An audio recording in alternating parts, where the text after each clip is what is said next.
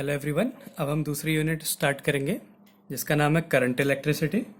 इससे पहले हमने देखा कि चार्ज क्या होता है, चार्ज कैसे प्रोड्यूस होता है, चार्जेस में कैसे फोर्स लगता है, इलेक्ट्रिक फील्ड क्या होता है, इलेक्ट्रिक फील्ड लाइंस क्या होती है, कैपेसिटर क्या होता है, कैपेसिटर की कैपेसिटी को कैसे इंक्रीज किया जाता है, कैपेसिटर्स को कैसे सीरीज और पैरेलल में कनेक्ट किया जाता है। लेकिन उसमें क्या था, जो चार्ज था वो रेस्ट में रहता था हमेशा। अब चार्ज मूव करेगा।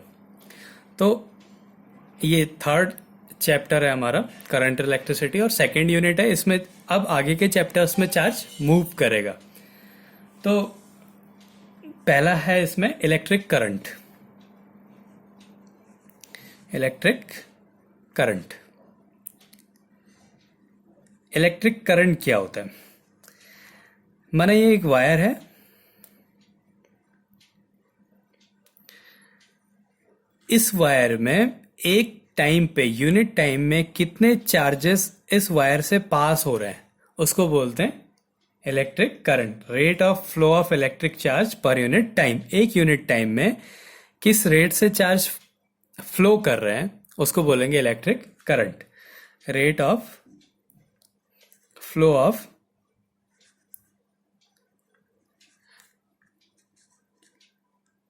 इलेक्ट्रिक चार्ज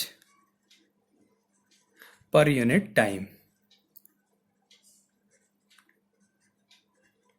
इसको बोलते हैं हम लोग इलेक्ट्रिक करंट।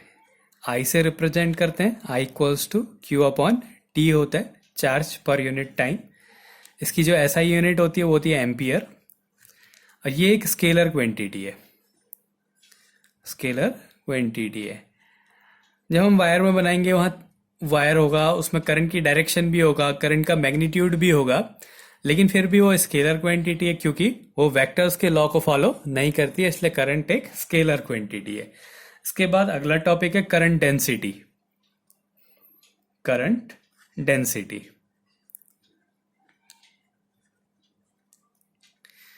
करंट डेंसिटी क्या होता है? एक यूनिट एरिया से जितना चार्ज पास हो रहा है, जितना करंट फ्लो हो रहा है उसको बोलते हैं हम लोग करंट डेंसिटी। एक यूनिट एरिया से फ्लो होने वाले करंट को बोलते हैं करंट डेंसिटी। तो current flowing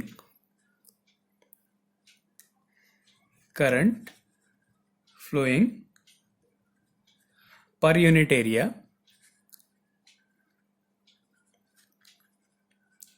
of the cross section, current flowing per unit area of the cross section of wire। Wire के क्रॉस सेक्शन से करंट का जो फ्लो होता है पर यूनिट एरिया पे उसे करंट डेंसिटी कहते हैं। इसे जे से रिप्रेजेंट करते हैं। इसकी वैल्यू होती है आई अपॉन ए। ए मतलब एरिया, आई मतलब करंट। इसका यूनिट होता है ये एम्पियर पर मीटर स्क्वायर। अगर इसको वेक्टर फॉर्म में लिखना हो तो I equals to J dot A. जो करंट डेंसिटी है वो एक वेक्टर क्वांटिटी है, वेक्टर क्वांटिटी। इसके बाद अगला टॉपिक है drift velocity. Drift velocity, drift velocity में क्या होता है? जैसे एक वायर है, ये एक वायर है, इस वायर में फ्री इलेक्ट्रॉन्स होंगे, बहुत ज्यादा इलेक्ट्रॉन्स होंगे। अब वो इलेक्ट्रॉन क्या करते हैं, अगर इसमें कोई इलेक्ट्रिक फील्ड नहीं होता है तो वो इलेक्ट्रॉन रैंडमली मूव करते हैं। कोई इधर जा रहा होगा, कोई इधर जा रहा होगा, कोई कहीं जा रहा होगा, तो वो इधर उधर रैंडमली मूव करते रहते हैं। अपनी एक वेलोसिटी से वो मूव करते हैं अगर कोई इलेक्ट्रिक फील्ड नहीं है। अब अगर हम यहाँ पे एक इलेक्ट्रिक फील्ड लगा दें, एक पॉजिटिव कर दिया एक नेगेटिव कर दिया, तो ये एक इलेक्ट्रिक फील्ड हो गया। इस डायरेक्शन में इलेक्ट्रिक फील्ड हो गया पॉजिटिव से नेगेटिव। अब हम इलेक्ट्रॉन देख रहे हैं तो इलेक्ट्रॉन पॉजिटिव की डायरेक्शन में जाएगा। तो अब होता क्या है, जैसे कोई इलेक्ट्रॉन यहां को जा रहा है तो वो क्या करेगा, ऐसे घूम के इसकी डायरेक्शन में जाने लग जाएगा। ऐसे कोई माना ऐसे जा रहा है तो वो ऐसे करके ऐसे होने लगेगा। तो अब वो क्या होगा, इलेक्ट्रिक फील्ड की ऑपोजिट डायरेक्शन को ड्रिफ्ट करने लगता है। एक पर्टिकुलर डायरेक्शन में वो इलेक्ट्रॉन्स मूव करने लगते हैं। उसकी उस वेलोसिटी को, उस एवरेज वेलोसिटी को, जिसके कारण वो इलेक्ट्रिक फील्ड, जो वो वेलोसिटी जिससे वो इलेक्ट्रिक फील्ड की ऑपोजिट डायरेक्शन में ड्रिफ्ट करता है उसको हम लोग ड्रिफ्ट वेलोसिटी कहते हैं। तो इसको लिख देता हूं मैं इसकी definition. The average velocity, the average velocity with which free electrons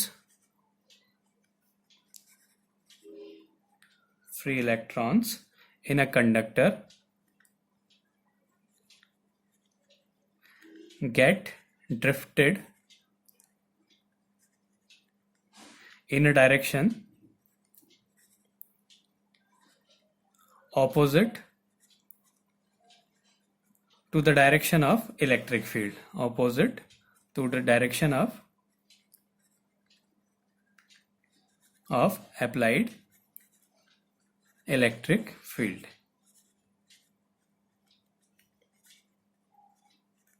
ये ड्रिफ्ट वेलोसिटी की डेफिनेशन है। The average velocity with which free electrons in a conductor get drifted in a direction opposite to the direction of applied electric field। पहले क्या था कि electrons किसी भी direction में मूव करते थे, फिर हमने एक इलेक्ट्रिक फील्ड लगा दिया तो इलेक्ट्रॉन उसकी ऑपोजिट डायरेक्शन में ड्रिफ्ट करने लगे। उस वेलोसिटी को के एवरेज को हम लोग बोलते हैं ड्रिफ्ट वेलोसिटी। तो इलेक्ट्रिक करंट क्या था? चार्ज पर यूनिट टाइम। एक वायर में, एक कंडक्टर में एक यूनिट टाइम में कितना चार्ज फ्लो होता है उसको बोलते हैं हम लोग इलेक्ट्रिक करंट। करंट डेंसिटी क्या होती है? उसी वायर के एक क्रॉस सेक्शन एरिया से जितना करंट फ्लो करता है उसे बोलते हैं करंट डेंसिटी। फिर ड्रिफ्ट वेलोसिटी क्या होता है? Average velocity with which free electrons in a conductor get drifted in a direction opposite to the direction of applied electric field. अब इसके बाद आता है इसका डेरिवेशन होता है, इसको कैसे डिराइव करेंगे, तो इसका डेरिवेशन देखते हैं हम लोग। तो माना एक कंडक्टर है, ये एक कंडक्टर है, ये कंडक्टर है। इसमें क्या हो रहा है? अगर इसमें इलेक्ट्रिक फील्ड जीरो है, पहला केस है, इसमें इलेक्ट्रिक फील्ड जीरो है, तो जो इसके इलेक्ट्रॉन्स होंगे वो रैंडमली मूव करते रहते हैं, कहीं को भी जाएंगे वो। तो ये पहली केस है। तो इसके लिए let u1 u2 dash dash dash un be the initial velocity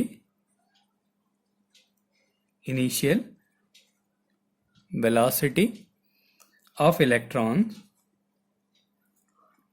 u1 u2 un be the initial velocity of electron। तो जो इसका एवरेज होगा u equals to u1 plus u2 plus dash dash dash un upon n, ये इसका average हो गया। अब इसकी एक डायरेक्शन नहीं है, कोई यहां जा रहा होगा तो कोई यहां भी जा रहा होगा, कोई इधर जा रहा होगा तो कोई उसके ऑपोजिट भी जा रहा होगा। तो उसका जो नेट होगा, जो उसका रिजल्टेंट होगा वो जीरो होगा। अगर हम इसका एल्जेब्रिक सम करेंगे, ये वेक्टर क्वांटिटी अगर हम इसका एल्जेब्रिक सम करेंगे तो ये हमेशा क्या आता है? जीरो होगा।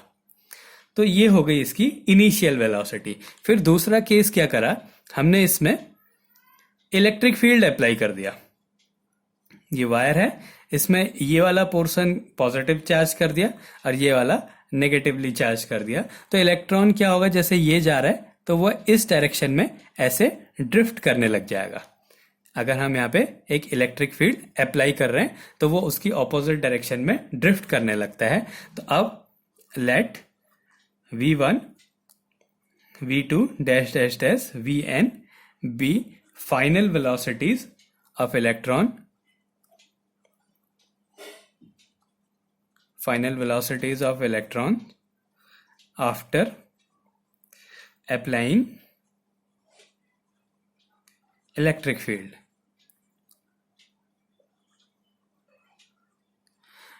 v1 v2 vn जो है उनकी फाइनल वेलोसिटीज है जब इलेक्ट्रिक फील्ड अप्लाई करा।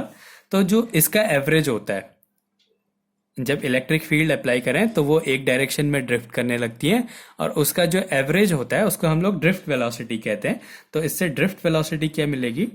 Drift velocity vd equals to इनका average v1 plus v2 plus dash dash dash vn upon n हो गया।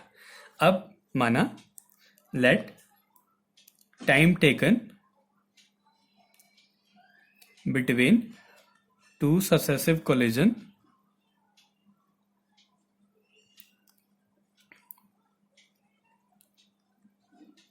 Is tau.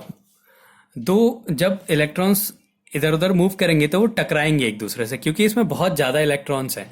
अब माना उनके बीच का जो टाइम है वो टाउ है, इसको हम बोलते हैं रिलैक्सेशन टाइम। रिलैक्सेशन टाइम, दो टक्करों के बीच का टाइम, जैसे एक इलेक्ट्रॉन ये, एक इलेक्ट्रॉन ये, एक ऐसे जा रहा है, ये ऐसे जा रहा है, थोड़ी देर में टकराएगा आपस में। तो इसके टक्कर का जो टाइम होता है बीच में, जब ये रिलैक्स रहते हैं, टकराने से पहले का दो कॉलिजन के बीच का जो टाइम होता है उसको बोलते हैं रिलैक्सेशन टाइम। तो क्या होगा, इनिशियल एक इलेक्ट्रॉन की इनिशियल वेलोसिटी क्या थी u1, टकराने के बाद उसकी वेलोसिटी हो गई v1, तो उसके बीच का जो टाइम है टाउ है, और ये एक कांस्टेंट, ये एक एक्सेलरेशन से मूव करेगा जो कि फिक्स रहेगा, यूनिफॉर्म रहेगा, उसको बोला a। तो क्या मिला हमें, v1 equals to final velocity u1 plus a tau 1। पहले वाले का रिलैक्सेशन टाइम टाउ हो गया, दूसरे वाले का टाउ 2 हो जाएगा।